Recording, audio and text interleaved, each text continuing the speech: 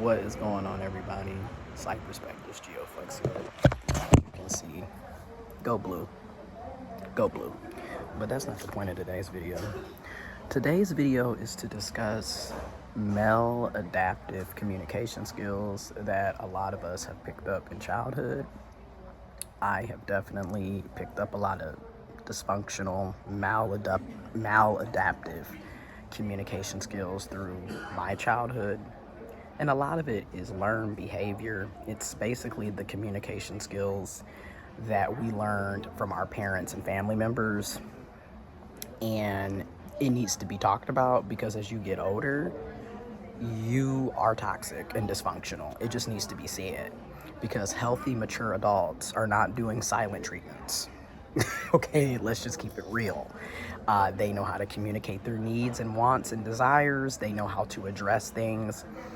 So they're not sitting up holding things in forever and a day and then expecting the other person to mind read and immediately know that they're upset, that they're angry, or expecting grown people to chase after them to figure out what's wrong with them at their big ass age. I'm just gonna keep it real. It's toxic, it's dysfunctional, it's immature, and it just shows that you lack communication skills at your big ass age. I'm just gonna be real. People are in their 30s and up. At some point, you have to recognize that you don't have successful relationships because of you. There's nobody else to blame for why you don't know how to have a relationship except yourself.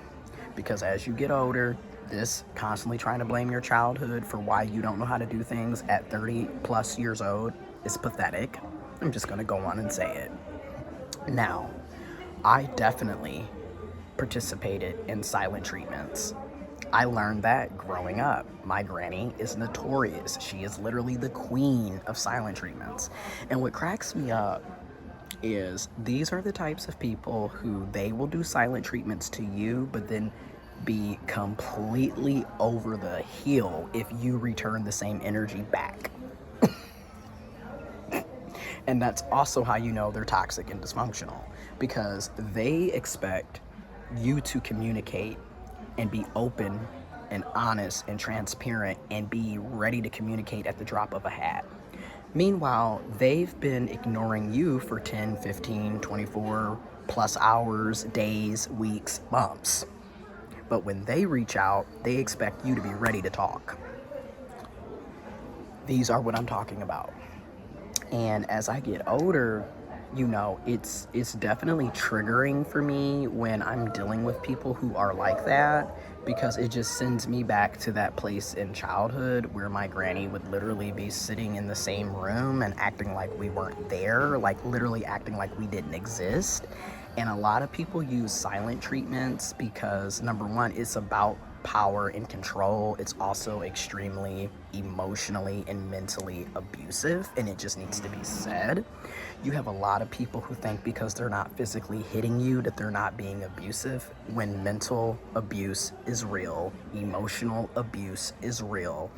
And a lot of us that grew up in those types of environments, we end up getting in relationships or trying to pursue what we think is a relationship with people who are doing the same exact thing to us that our dysfunctional, toxic parents and family members did.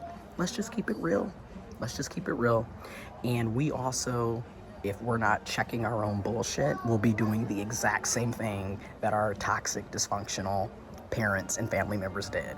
And this is why it is so imperative that you go to therapy and getting to counseling so you can heal. Because you don't want to be in your 30s and 40s and 50s still sitting up here doing silent treatments because you didn't get your way. Because you didn't get to hear what you wanted to hear. And then two, what cracks me up about the silent treatment type folks, you cause everybody around you to walk on eggshells. And also, you're also going to create an environment where people are not going to be honest with you because they know you don't know how to handle honesty, because if you did, you wouldn't be doing silent treatments because you didn't hear what you wanted to hear. So people are not going to be very forthcoming with you because they know you're going to turn around and shut down and run away, like a 5-year-old who didn't get the piece of bubble gum that they wanted. Because that's really what this behavior gives. It gives immaturity. It gives lack of emotional intelligence at the end of the day. And I've definitely participated in it. I definitely know how to silent treatment. I know how to act like you don't exist. I know how to act like you don't matter. I can literally be in the same room with you and walk past you like you're a ghost. And I learned that from my granny. And I had to learn through therapy and counseling and through other situations with other people that, honey, that's dysfunctional, that's toxic, that's not very mature, that's not very adult, that's not very demure at all. Okay, that's what we expect from a little kid who's throwing a tantrum.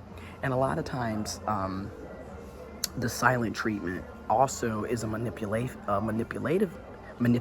tactic, because at the end of the day, they know they are purposely ignoring you. They know that you're talking and you've reached out to them and you're trying to have an open dialogue with them. And they know that they're refusing to have a active communication with you.